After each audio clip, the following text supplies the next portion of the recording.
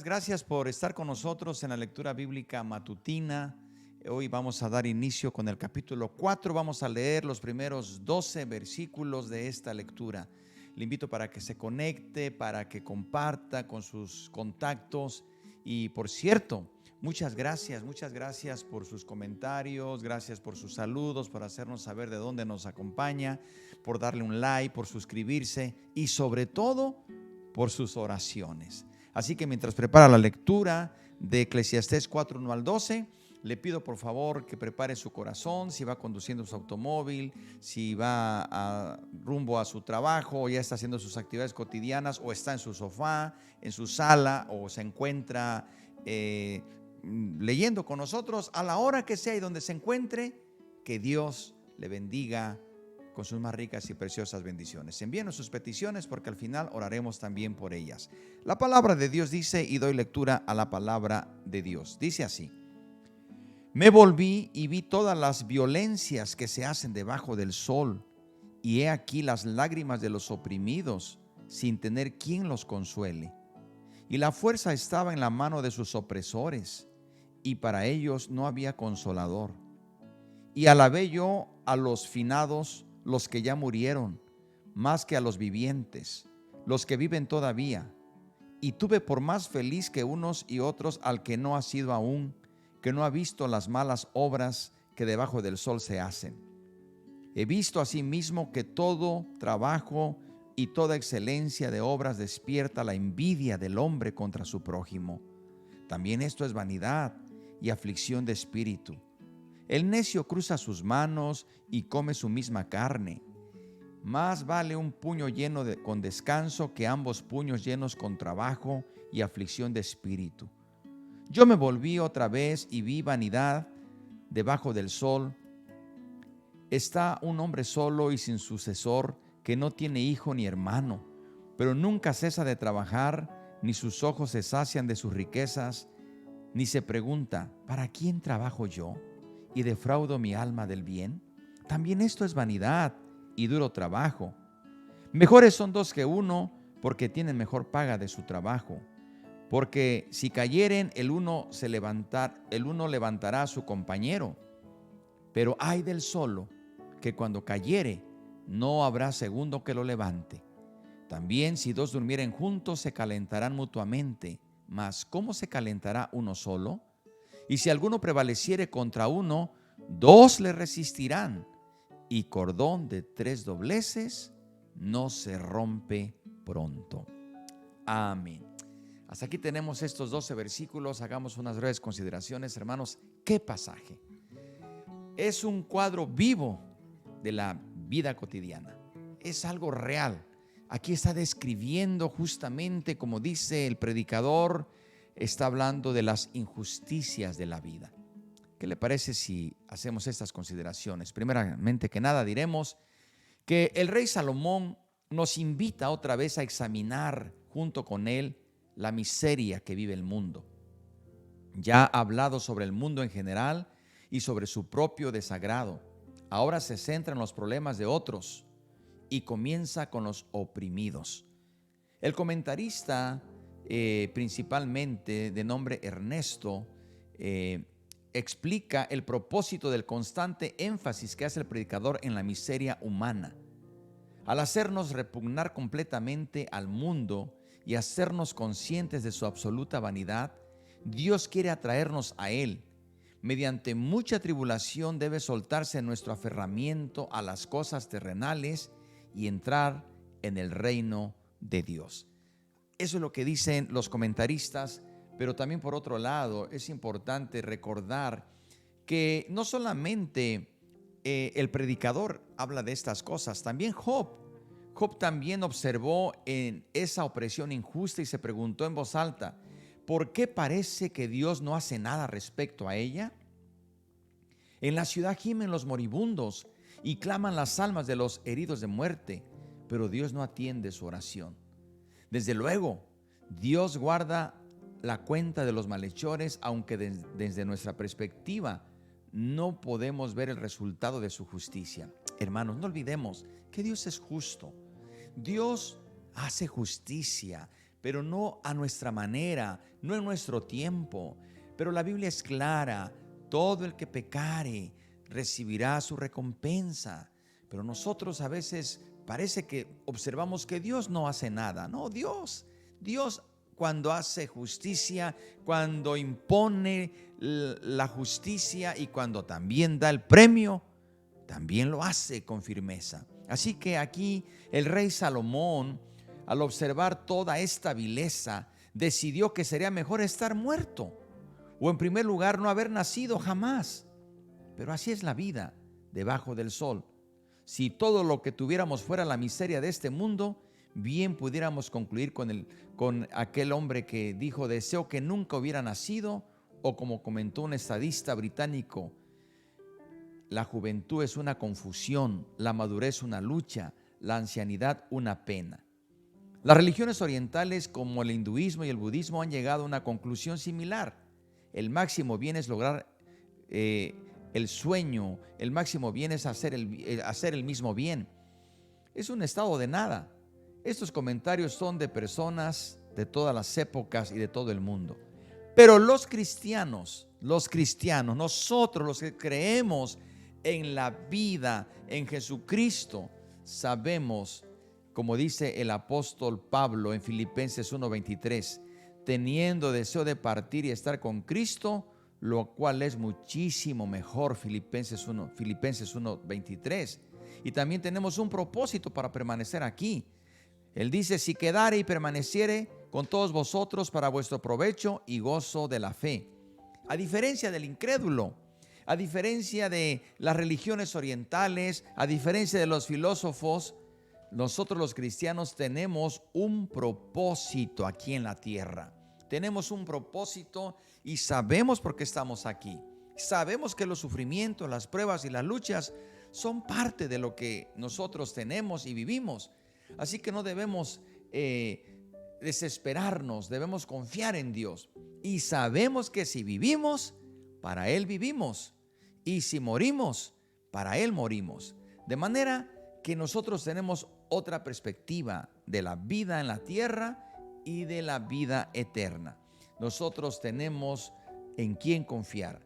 Sabemos a dónde ir cuando salgamos de este valle de lágrimas. Y tenemos algo valioso para compartir mientras vivamos sobre la tierra. Es el amor de Cristo. El predicador también regresa al tema de la opresión al trabajo. Presenta dos actitudes erróneas hacia el trabajo, ambas comunes. La primera la conocemos como ambicionar el lujo de los demás. Piensa en esto. ¿Qué motiva a las personas a tener éxito? Todos quieren demostrar que llevan una vida fructífera. ¿Cuántas historias no hay de pobres que se convierten en ricos como resultado de los sueños que tuvieron de vivir algún día en uno de los mejores lugares de la ciudad? Algunos han comentado incluso que la gente trabaja más duro por los lujos que por las necesidades básicas de la vida. Qué tremendo es esto. Muchos hombres de negocios que buscan el éxito trabajan más horas que la persona que apenas se sostiene. También en el trabajo de la iglesia, queridos hermanos, y en cualquier trabajo, a veces la envidia es el motivo escondido cuando hay mucha actividad. Hay personas que quieren sobresalir de los demás en todos los aspectos de la vida. Hay personas que quieren sobresalir por sobresalir solamente para alimentar su propio yo. Esto debemos tomarlo en cuenta también. Cuando el predicador dice que toda obra bien hecha despierta envidia del hombre contra su prójimo, habla de la clase de trabajo que no puede satisfacer. Se refiere a la incesante actividad y esfuerzo que al final son vanidad. En una palabra, Salomón describe el trabajo que se hace sin Dios. El trabajo sin Dios, ya lo hemos dicho, es vacío, es hueco y todo pasa. Muchas veces una persona exitosa es despectiva con los que no logran mucho. Y parece que el versículo 5 es un proverbio que Salomón pone en la boca del que trabaja duro. El necio se cruza de brazos y se come en sí mismo. Cierto, si una persona se asienta con las manos cruzadas sobre el estómago y nunca las utiliza, constructivamente, se va a arruinar. El versículo 6 parece ser la mejor respuesta del necio. Por lo menos ha logrado alguna tranquilidad. Mire todos sus esfuerzos para alcanzar el éxito. ¿Para qué? Sus esfuerzos son inútiles. Entonces, por una parte, Salomón señala a la persona que es motivada por la envidia y no descansa en sus intentos de tener éxito en el mundo. Por otro lado, señala a la persona perezosa que no tiene preocupaciones y deja que la vida transcurra sin siquiera utilizar las capacidades que Dios le dio. Dos ejemplos más de la vida debajo del sol. Y para terminar, del versículo 7 al 12 podemos ver que el predicador continúa enumerando los problemas de la vida, de los temas de la opresión y el trabajo. Nos lleva a la soledad. Así como el trabajo enraizado en la envidia, este tópico tiene mucho que ver con la vida contemporánea. Cada día es mayor el número de personas que deciden permanecer solteras. Escuche bien, más de la mitad de la población adulta de los Estados Unidos son personas solteras. Escuchamos hablar mucho sobre la alineación y la soledad dentro de los casados tanto como dentro de los solteros. No es que no haya suficiente gente alrededor, pero la amistad real y perdurable es difícil de conseguir en nuestra época en la que nos movemos con facilidad. Existe mucha competencia, mucho materialismo, demasiado y exceso, diría yo, de trabajo. No es difícil encontrar ejemplos de la vida moderna que concuerden con la descripción que hace Salomón del hombre rico y solitario. A veces los individuos muy ricos y famosos pasan sus últimos años viviendo así como ermitaños. Ejemplos, en este país tenemos muchos que fueron actores, millonarios, célebres, etcétera, etcétera. Terminan como ermitaños y solitarios, habiendo acumulado una fortuna grandiosa. Pero, como dice el predicador, todo es vanidad. Y finalmente, los versículos que continúan, sobre todo el versículo 8, las palabras se pregunta, no están en el texto original en hebreo. Los traductores les han agregado para clarificar que el hombre rico se habla a sí mismo. Podemos ver mediante esta pequeña luz la manera tan completa como Salomón se pone en la situación del otro hombre. El predicador, de manera completamente simple y natural, se mete en las palabras y en los pensamientos del otro. Es lo mismo que hizo antes en este capítulo con el breve diálogo entre el hombre que trabaja duro y el necio. Y finalmente, del versículo 9 al 12, Salomón enumera 4 ventajas del compañerismo comparado con la falta de amigos. Primeramente, la cooperación. La cooperación, dice, reciben mejor pago de su trabajo. Segundo, ayuda en tiempo de necesidad. Si caen, el uno le levanta a su compañero. Tercero, el calor. Si dos duermen juntos, se calientan mutuamente. Y finalmente, el cuarto es defensa. Los dos pueden resistir más que uno. Así que el rey va a decir finalmente, más aún 3 son mejor que 2. En muchas de las áreas de la vida la fortaleza está en los números. Hermanos, el cristianismo, sabemos que nuestra fortaleza es la unidad. Nuestra fortaleza es que seamos uno en Cristo. Si nos dividimos, vamos a perecer. Si estamos juntos, si nos unimos, si uno cae, el otro le levanta. Si el uno se siente débil, el otro le fortalece. Aquí esto es aplicable para la iglesia. Hermanos, iglesia, necesitamos unirnos. Necesitamos cooperación, colaboración, amor fraternal. Necesitamos la ayuda, el calor fraternal del uno del otro. Necesitamos defendernos. No somos enemigos. Nuestro enemigo es el diablo. Nosotros tenemos un enemigo en común, se llama Satanás, el diablo, el enemigo de nuestras almas. No somos enemigos nosotros entre denominaciones cristianas.